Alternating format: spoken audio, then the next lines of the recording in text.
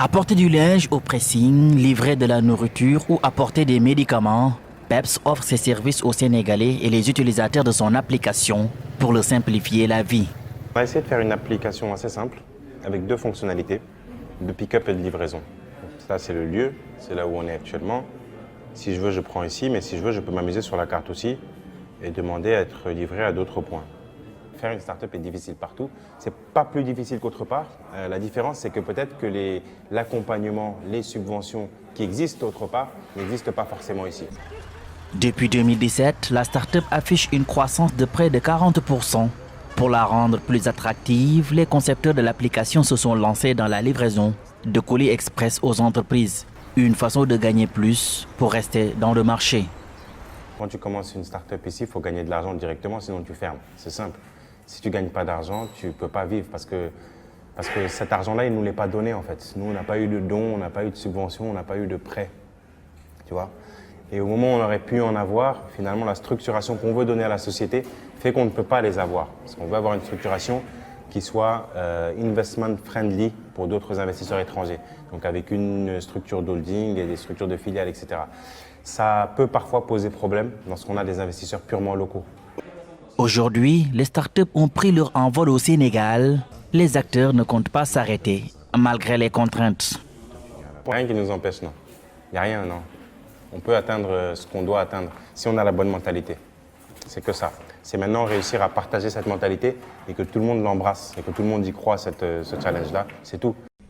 Une autre conception d'une start-up ingénieuse, celle de Sarah.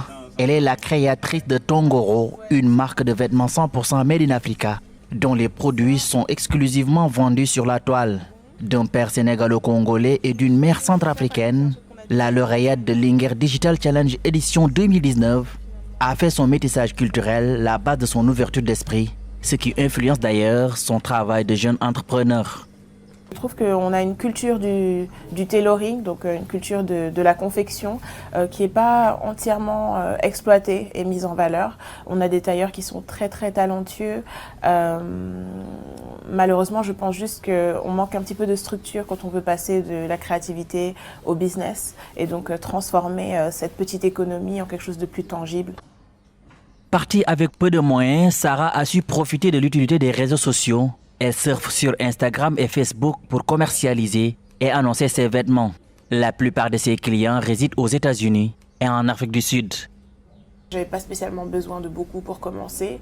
Et puis je pense que de manière générale, l'adage qui dit il faut commencer avec ce qu'on a, quand on l'a et où on est, ça s'applique vraiment à notre situation qui est assez unique parce qu'on est dans on est sur un continent maintenant qui est dynamique, qui est très jeune et je pense que la seule chose et le seul atout dont les gens ont besoin pour commencer, c'est de ne pas avoir froid aux yeux et de ne pas avoir peur.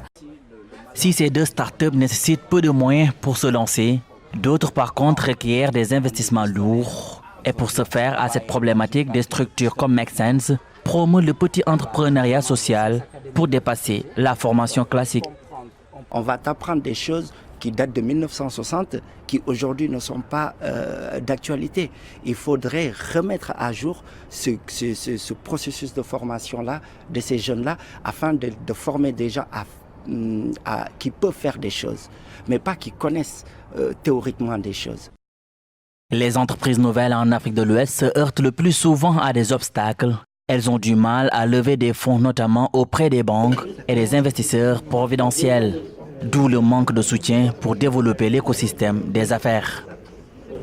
Financer des startups, financer des PME en Afrique, c'est parfois compliqué parce que le coût du risque que nous portons sur les engagements que nous prenons sur ce type d'entreprise est important. C'est des structures qui sont parfois petites, assez peu capitalisées, qui sont souvent concentrées sur un client, sur un fournisseur, qui opèrent dans des économies qui sont encore fragiles. Et donc, ça nous conduit à devoir être prudents sur le type de financement que nous leur accordons. Selon les chiffres de la Banque mondiale, le réseau africain des entreprises de technologie a établi une cartographie du nombre de pôles technologiques en Afrique. Cela montre que les pôles actifs sur le continent ont augmenté de 50% depuis 2016, année où il y a environ 442 pôles actifs. Mais dans la région francophone d'Afrique de l'Ouest, le Sénégal demeure en tête.